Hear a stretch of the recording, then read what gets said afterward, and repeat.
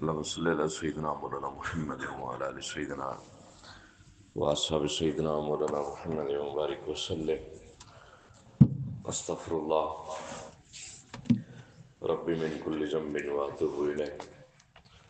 استغفر الله ربي من كل ذنب واتوب اليه. الحمد لله رب العالمين، والصلاة والسلام على أشرف الأنبياء والمرسلين وعلى آله وأصحابه أجمعين، أما بعد. أعوذ بالله من الشيطان الرجيم. بسم الله الرحمن الرحيم. وَلَقَدْ نَصَرَكُمُ اللَّهُ بِبَدْرٍ وَأَنْتُمْ أَذِلَّةٌ. صدق الله مولانا العظيم. إن الله وملائكته يصلون على النبي يا أيها الذين آمنوا صلوا عليه وسلموا تسليما. اللهم صل على سيدنا مولانا محمد وعلى آل سيدنا وأصحاب سيدنا مولانا محمد وبارك وسلم. مولاي صل وسلم دائما ابدا على حبیبک خیر الخلق کلہم. ستار توی بپوش اے بمبکرم، کز خلق جہاں بسے محتاج ترم. گفتم دے سر قیاس بہودہ بسے، کردم دے گناہ چینہ کردت کسے. حمد و صلات کے بعد میرے نہایت واجب الاحترام سامعین مکرم،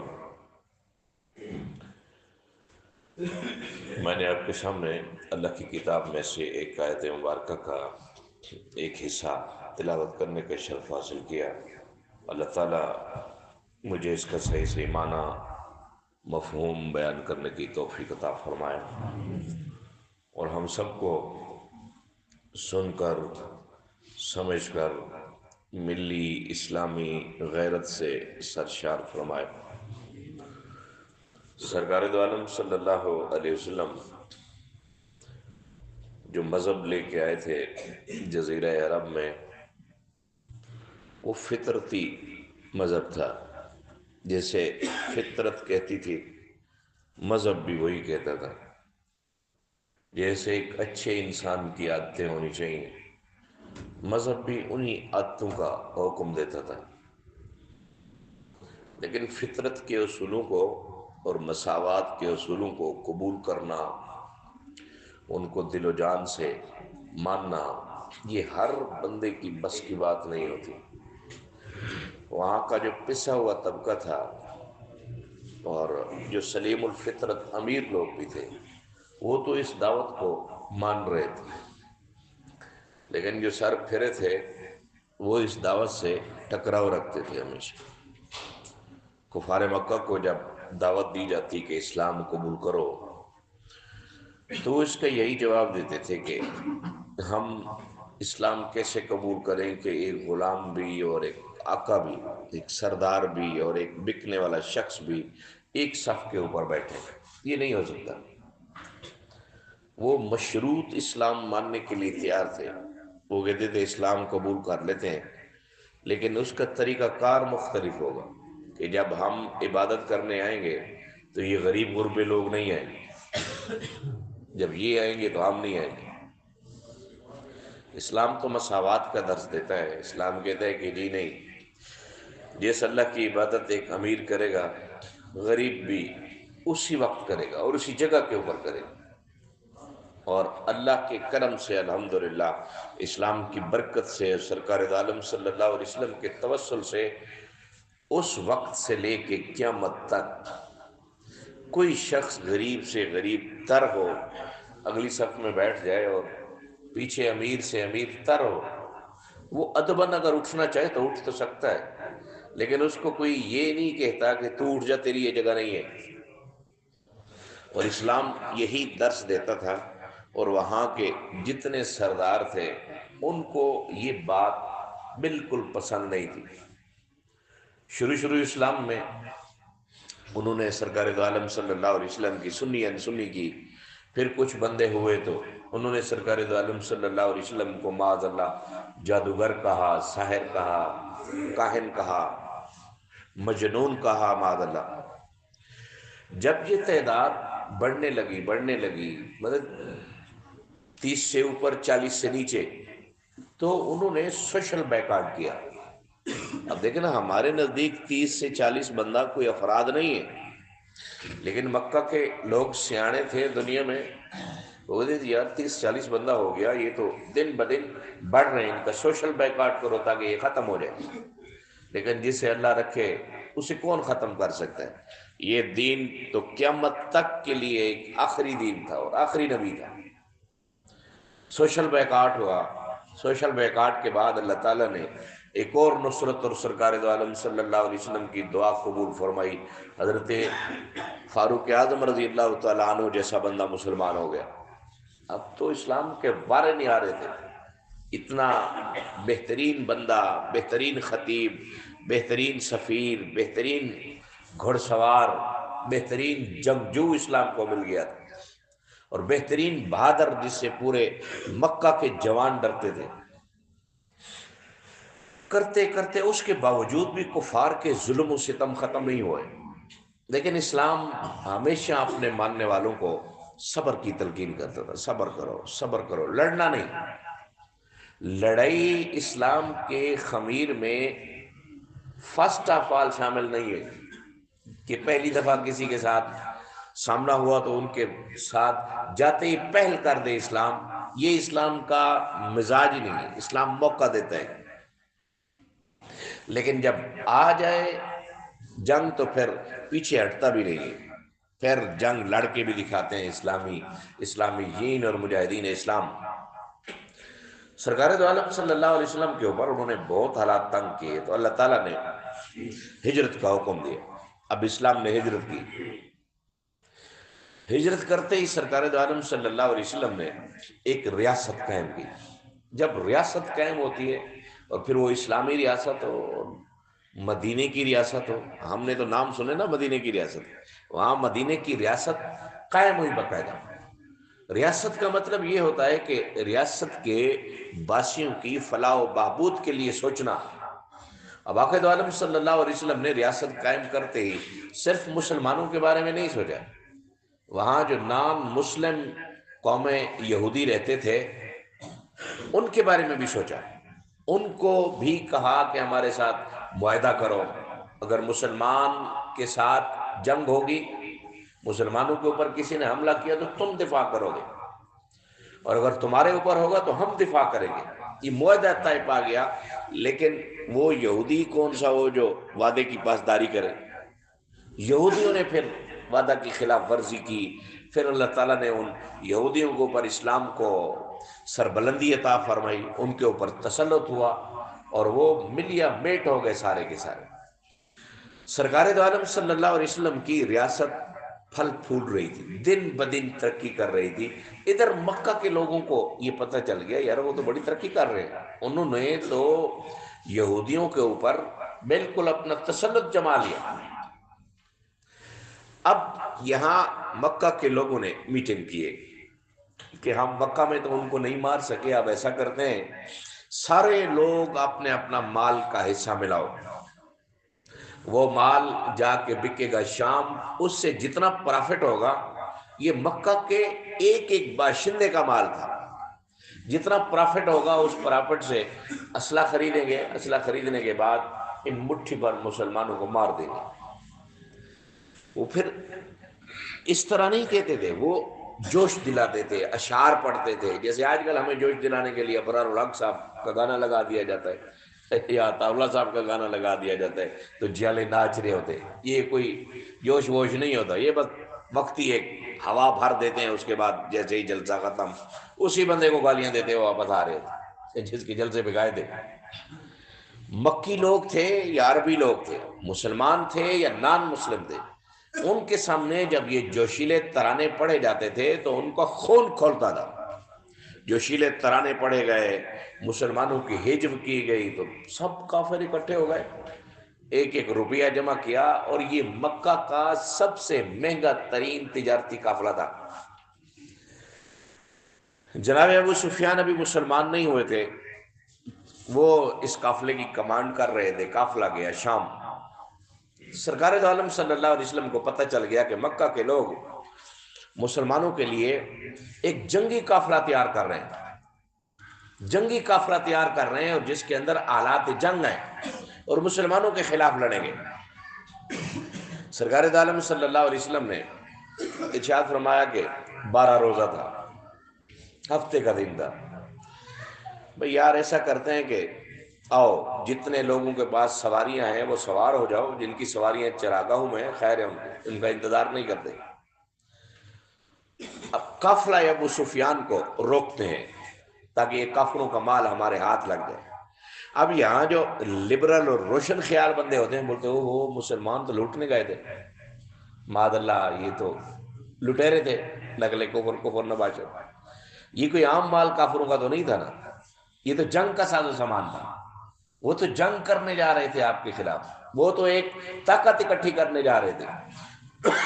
اور یہ جنگ کا حصہ ہے کہ دشمن کی طاقت کو جتنا کمزور کیا جا سکتا ہے کمزور کیا جائے۔ سرکار دو عالم صلی اللہ علیہ وسلم نے روزہ رکھا ہوا تھا، 2 دن روزہ رکھا۔ اس کے بعد کیونکہ سفر تھا تو سفر میں سرکار دو عالم صلی اللہ علیہ وسلم نے روزہ نہیں رکھا اور ارشاد فرمایا کہ آج کے بعد میں روزہ نہیں رکھوں گا۔ سفر کے اندر اجازت ہے، وہ تو مشکل ترین سفر تھے، پھر اس کی قضا ضروری ہے، واجب ہے۔ اب مسلمانوں کے پاس ایک گھوڑا تھا، 313 یا 315 مسلمان تھے، ایک گھوڑا اور 80 اونٹ تھے۔ اب اس کے اوپر چلنا ہے تو کیسے چلیں گے؟ سرکار دو عالم صلی اللہ علیہ وسلم نے 3 بندے ایک اونٹ کے لیے مقرر کیے کہ یہ سوار ہوگا اتنی دیر، پھر اتنی دیر یہ ہوگا، پھر اتنی دیر یہ ہوگا۔ اب سرکار دو عالم صلی اللہ علیہ وسلم کے پاس بھی اپنی اونٹنی تھی، اب سرکار چاہتے تو اپنی اونٹنی کو اپنے لیے مختص کر دیتے، لیکن سرکار دو عالم صلی اللہ علیہ وسلم نے بھی اپنی اونٹنی کے لیے 3 بندے مقرر کیے، میں، جناب مولا مرتضیٰ رضی اللہ تعالیٰ عنہ اور ایک اور صحابی رسول۔ اب سرکار دو عالم صلی اللہ علیہ وسلم اپنی باری کے اوپر سوار ہوئے، جب وقت ختم ہوا تو سرکار نے فرمایا کہ روکو اونٹ تاکہ میں اتروں۔ تو دونوں صحابیوں نے کہا کہ یا رسول اللہ نہیں بس آپ سوار رہیں، ہم اس کی مہار پکڑیں گے اور آپ کے دیدار کریں گے اور چلتے رہیں گے۔ سرکار دو عالم صلی اللہ علیہ وسلم نے ایک تاریخی جملہ ارشاد فرمایا کہ تم مجھ سے زیادہ طاقتور ہو یا تم مجھ سے زیادہ اجر کمانا چاہتے ہو؟ اجر کی بھی مجھے ضرورت ہے اور طاقتور بھی میں ہوں، جتنی جس کی باری ہوگی اتنا سوار ہوگا۔ سرکار دو عالم صلی اللہ علیہ وسلم ایز اے امیر سلطنت بھی تھے اور کمانڈر ان چیف بھی تھے اس لشکر کے۔ جیسے تھوڑے سے فاصلے کے اوپر گئے، ابو سفیان کو پتہ چل گیا کہ قافلہ تو آ رہے ہیں اور اس کو مسلمان لوٹنے آ رہے ہیں معاذ اللہ۔ ابو سفیان نے ایک بندے کو دیا سونا، 80 مسکال یا کتنے، کہا کہ جا کے مکہ کے لوگوں کو یہ سناؤ کہ تمہارا قافلہ لوٹا جا رہا ہے۔ اور وہ شخص گیا مکہ میں، مکہ پہنچنے سے پہلے جناب عباس رضی اللہ تعالی عنہ آقا عالم صلی اللہ علیہ وسلم کے چچا ہیں، ان کی بہن نے ایک خواب دیکھا جس کا نام عاتقہ تھا۔ خواب دیکھا کہ اس پہاڑ کے اوپر کوئی بندہ چڑھا ہوا ہے اور اس نے وہاں سے ایک پتھر لڑکایا ہے نیچے، اور اس پتھر کے نیچے مکہ کا ایک باشندہ لتاڑا گیا ہے۔ بڑا خوفناک خواب بھی ہر کسی کو نہیں بتانے چاہیے۔ خواب کا انحصار اللہ کے اوپر چھوڑ دیں گے، اللہ اگر یہ اچھا ہے تو اس کو اچھا بنا دے، اگر برا ہے تو تب بھی تو اچھا بنا دے، تو بروں کو بھی اچھا بنا سکتا ہے۔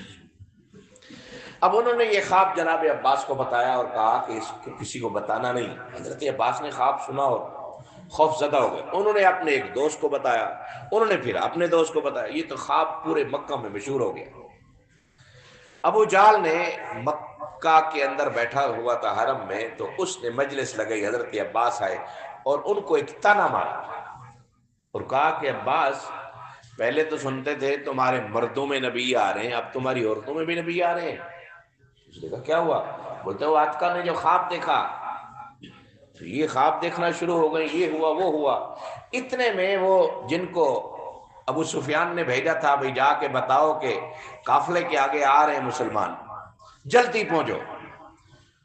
دستور یہ ہوتا تھا کہ جب خطرناک خبر ہوتی تھی، خبر دینے والا اونٹ کی ناک کاٹ دیتا تھا، اس کے کان کاٹ دیتا تھا، اپنے کپڑے پھاڑ دیتا تھا. تو بھاگے سارے کفار مکہ اس سوار کی طرف. تو اس نے آ کے یہ کہا کہ مسلمان تمہارا قافلہ لوٹنے کے لیے تیار ہے. اور 40 لوگ تھے جو مکہ کے سارے باشندوں کے جوان بیٹے تھے اسی قافلے کے ساتھ، وہ مارے جائیں گے سارے. مسلمانوں کے اوپر تو پہلے ہی تپے ہوئے تھے کافر، اب وہ مزید بھڑک گئے. اب یہاں سے جنگ کی باقاعدہ تیاری ہوئی، میٹنگیں ہوتی رہیں، لوگوں نے پیسہ جمع کرایا اور بے تحاشا پیسہ. یہاں سے کفار مکہ 3 دن بعد نکلے. جیسے نکلے ان کے ساتھ 1000 بندہ تھا، 100 گھوڑے تھے. ادھر مسلمانوں کے پاس 1 گھوڑا. باتیں کیونکہ تاریخی نے تھوڑا تھوڑا یاد رکھ دیں. ادھر 1 گھوڑا تھا، ادھر 100 گھوڑے تھے. اور جو لوگ یہ پاپ پیادہ تھے ان کے اوپر زریں تھی، اسلحے کے انبار تھے. تھوڑا سا باہر نکلا یہ قافلہ تو 10 اونٹ ذبح ہوئے، 10 اونٹ ان کی میزبانی کے لیے. اور یہ 10 اونٹ بھی جناب عباس ابھی جو مسلمان نہیں ہوئے تھے انہوں نے دیے تھے کہ میری میزبانی میں آج کی دعوت ہوگی. اور رقاصائیں تھیں جو رقص کر رہی تھیں، گانے والی عورتیں تھیں جو گا رہی تھیں مسلمانوں کے خلاف، ہجو کر رہی تھیں. ادھر سرکار دو عالم صلی اللہ علیہ وسلم نے ارشاد فرمایا مسلمانوں کو قافلہ تو بچ کے نکل گیا ہے. اب اللہ تعالیٰ کہتا ہے کہ 2 گروہوں میں سے ایک گروہ اللہ تعالیٰ آپ کو عطا فرمائے گا. اب اللہ کا حکم ہے کہ جنگ کرو. اچانک راستے میں اگر جنگ کا حکم آ جائے اور ہم ہوتے وہاں تو کیا کرتے؟ بولے یا رسول اللہ آپ نے تو کہا تھا کہ یہ کام ہے، اب یہ کیا کر رہے ہو کہ آپ کہتے ہو جنگ کریں؟ کسی ایک صحابی نے 313 میں سے کسی ایک صحابی نے نہیں کہا کہ یا رسول اللہ آپ نے تو جنگ کا کہا نہیں، ہمارے پاس تو تلواریں تھوڑی ہیں، ہمارے پاس تو 1 اونٹ ہے، ہمارے پاس تو 80 اونٹ ہے، 1 گھوڑا ہے، ہم کیسے جنگ کریں گے؟ وہ تو لشکر جرار آ رہا ہے ادھر سے مکہ سے. کسی ایک نے بھی، حضرت بکر صدیق رضی اللہ تعالیٰ عنہ کھڑے ہوئے، عرض کی کہ یا رسول اللہ جیسے آپ چاہیں گے ہم ویسے کریں گے. ایک اور صحابی کھڑا ہوا، ایک اور انصاری کھڑا ہوا. انصاری کہتا ہے یا رسول اللہ ہم آپ کو یہ نہیں کہیں گے جیسے بنی اسرائیل نے جناب موسیٰ کو کہا تھا کہ جاؤ تم لڑو اور تمہارا خدا لڑے، بلکہ ہم یہ کہیں گے آپ لڑیں، آپ کا خدا جائے جنگ میں اور ہم آپ کے ساتھ ہوں گے، اور یا رسول اللہ خون کے آخری قطرے تک آپ کے ساتھ جنگ لڑیں گے. اب سرکار دو عالم صلی اللہ علیہ وسلم بڑے خوش ہوئے. اگر عالم صلی اللہ علیہ وسلم کا قافلہ بھی آگے بڑھتا رہا، ادھر مکیوں کا قافلہ بھی بڑھتا رہا. بدر کے مقام کے اوپر سرکار دو عالم صلی اللہ علیہ وسلم نے مشاورت کی کہ کہاں خیمے لگانے چاہیے. تو سرکار دو عالم صلی اللہ علیہ وسلم کو ایک صحابی نے کہا کہ یا رسول اللہ اسے ریت کے اوپر خیمے لگا دیتے. حالانکہ ریت کے اوپر خیمہ لگانا بڑا مشکل کام ہے. تو سرکار دو عالم صلی اللہ علیہ وسلم نے اس کا مشورہ مانا، ریت کے اوپر خیمے لگ گئے. کفار نے مٹی کے اوپر خیمے لگائے. آپ میں سے الحمدللہ بہت ساروں نے دیکھی ہوگی وہ جگہ، اللہ تعالیٰ بار بار دکھائے، بار بار حرم شریف کی حاضری عطا فرمائے. تو ابھی بھی دیکھیں گے تو آپ کو وہی منظر نظر آئے گا. اب رات کو حضور نبی کریم صلی اللہ علیہ وسلم نے سب کو کہا کہ سو جاؤ. نیند غالب تھی، ادھر اتنا بڑا لشکر اور ادھر نیند غالب ہے. سرکار دو عالم صلی اللہ علیہ وسلم نے ارشاد فرمایا کہ سو جاؤ. مولا مرتضیٰ رضی اللہ تعالیٰ عنہ کہتے ہیں کہ میں نے اس رات ایک منظر دیکھا، سب قافلے والے سو رہے تھے سوائے سرکار دو عالم صلی اللہ علیہ وسلم کے. آپ صلی اللہ علیہ وسلم جاگ رہے تھے اور اللہ کے حضور دعا مانگ رہے تھے، اے اللہ اس مٹھی بھر مسلمانوں کو فتح عطا فرما، اگر یہ ختم ہو گئے تو پھر اس زمین کے اوپر تیرا نام لیوا کوئی نہیں بچے گا. جنگ کا آغاز ہوا. سرکار دو عالم صلی اللہ علیہ وسلم نے 3 غلام پہلے بھیجے. تو مکیوں نے پوچھا کہ ہاں بھائی آپ کون؟ تعارف کرتے تھے جب لوگ لڑتے تھے، ہاں بھائی کون ہو آپ؟ بولتے فلاں فلاں. بولتے نا آپ کے ساتھ لڑتے نہیں. لڑائی میں ہمیشہ معیار دیکھا جاتا ہے، سٹیٹس دیکھا جاتا ہے کہ آپ کس بندے کے ساتھ ٹکر لے رہے ہیں. دشمن بھی اگر آپ کا ہو تو آپ کے لیول جیسا ہونا چاہیے. کبھی کبھار ایسے گھٹیا بندے کے پیچھے پڑتے ہیں، نہ بندہ لڑ سکتا ہے نہ مار سکتا ہے، نہ مار سکتا ہے نہ مر سکتا ہے خود کے، کیا کرے.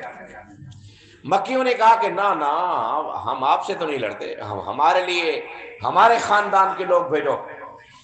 پھر سرکار دو عالم صلی اللہ علیہ وسلم نے مولا مرتضیٰ اور جناب امیر حمزہ رضی اللہ تعالیٰ عنہ کو بھیجا اور ایک اور صحابی رسول کو بھیجا. یہ تینوں گائے اور ادھر سے بھی 3 سورما جو بڑے پہلوان تھے مکہ کے وہ آئے. مسلمانوں نے آنن فانن ان کو ختم کر دیا. الغرض جنگ جاری رہی 17 رمضان مبارک کو، جس کے اندر 70 کافر مارے گئے. ان کے مرنے سے پہلے سرکار دو عالم صلی اللہ علیہ وسلم نے ایک دن پہلے لکیریں کھینچی ایسے لکیریں، بولتے کل اس جگہ کے اوپر فلاں کافر مرے گا، اس جگہ کے اوپر فلاں کافر مرے گا، اس جگہ کے اوپر فلاں کافر مرے گا. جو لوگ یہ کہتے ہیں کہ سرکار دو عالم صلی اللہ علیہ وسلم کو کل کا علم نہیں، یہاں علم ہوا ہے نہ ہوا؟ کل کا علم کس نے دیا؟ اللہ نے دیا. اور اللہ کا عطا کردہ علم سرکار دو عالم صلی اللہ علیہ وسلم کے پاس موجود ہے.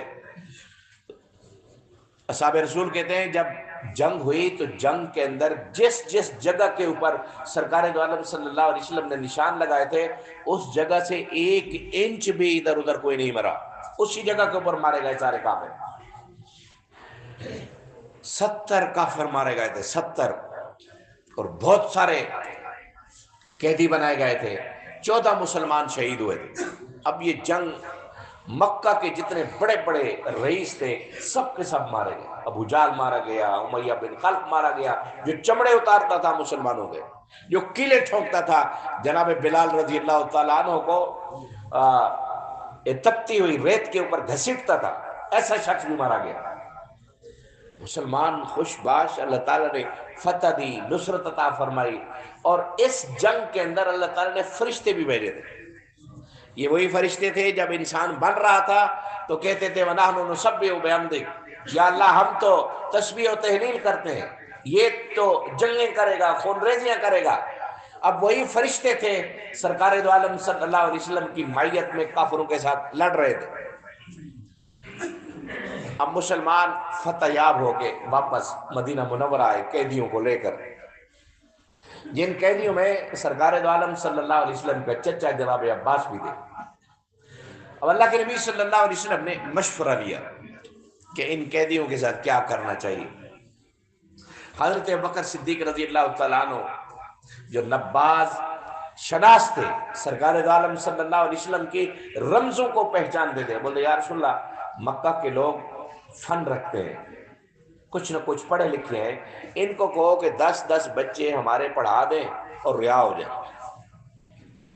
حضرت عمر رضی اللہ تعالیٰ عنہ سے مشورہ لیا گیا کہ کیا کرنا چاہیے. بولتے یا رسول اللہ ہر کوئی اپنے اپنے رشتہ دار کو خود مارے، یہ زندہ رہنے کے قابل نہیں ہے کہ زندہ بھی رہیں اور آپ کے ساتھ جنگیں لڑیں، یہ کیسے ہو سکتا ہے. ایک انصاری سے مشورہ لیا گیا کہ کیا کرنا چاہیے. بولتے یا رسول اللہ سب کو زندہ جلا دینا چاہیے. لیکن سرکار دو عالم صلی اللہ علیہ وسلم نے جناب ابوبکر رضی اللہ تعالیٰ عنہ کا مشورہ مانا اور سب کو کہا یا تو فدیہ دو، پیسے آزاد ہو جاؤ، یا 10 بچے پڑھا دو. اب ادھر حضرت عباس رضی اللہ تعالیٰ عنہ جو ابھی تک مسلمان نہیں ہوئے تھے وہ کہتے ہیں کہ میرے بھتیجے میرے پاس تو پیسے نہیں ہیں، میں کیسے فدیہ دوں. سرکار دو عالم صلی اللہ علیہ وسلم نے ارشاد فرمایا اے چچا، جب میری چچی ام فضل جب یہ مکہ سے روانہ ہوئے تھے بہت سارے پیسے اپنی بیوی کو دیے اور کہا کہ اگر میں واپس آ گیا تو ٹھیک ہے، واپس نہ آیا تو یہ بچوں کو اوپر خرچ کرنا. اب اللہ کے نبی صلی اللہ علیہ وسلم بیٹھے مدینہ میں اور یہ پیسے دے رہے ہیں مکہ میں اور ہیں بھی کافر. تو حضور نبی کریم صلی اللہ علیہ وسلم نے اپنے چچا کو کہا کہ چچا وہ پیسے جو آپ اپنی بیوی کو دے رہے تھے وہ تیرے پاس پیسے ہیں نا، منگا اور آزاد ہو جا. حضرت عباس پوچھتے ہیں کہ آپ کو کس نے بتایا ان پیسوں کا؟ سوائے تیری چچی کے سوائے میرے وہاں کوئی بھی نہیں تھا. حضور نبی کریم صلی اللہ علیہ وسلم ارشاد فرماتے ہیں اے چچا، جس اللہ نے مجھے حق کے ساتھ نبی بنا کر بھیجا اسی اللہ نے وہی علم بھی مجھے عطا فرمایا. سبحان اللہ. اب حضرت عباس رضی اللہ تعالیٰ عنہ اسی بات کے اوپر مسلمان ہوئے تھے. مسلمانوں کی یہ دھاگ اتنی بیٹھی تھی کفار کے اوپر کہ پھر کفار سیدھے نہیں ہو سکے. آج بھی یہ جو اسرائیل کے اندر جنگ ہو رہی ہے نا، اس میں سے بعض یہودی یہی نعرہ لگاتے ہیں کہ ہم بدلہ لیں گے بدر کا. بدر کا بدلہ لینے والا کوئی پیدا ہی نہیں ہوا، اور بدر کے اندر جو اللہ تعالیٰ نے عزت عطا فرمائی مسلمانوں کو، نصرت عطا فرمائی، وہ آج بھی ہو سکتی ہے۔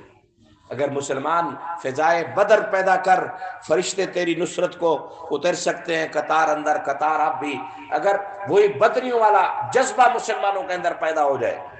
اسلام جنگ کا آغاز اور پہل نہیں کرتا، لیکن جب جنگ ہو جائے تو پھر چوں چوں بھی نہیں کرتا، پھر کہتے ہیں آؤ جی لڑیں گے مریں گے یا ماریں گے ناری کو، سنا ہے کہ وہ گالیاں دیتا ہے محبوب باری کو۔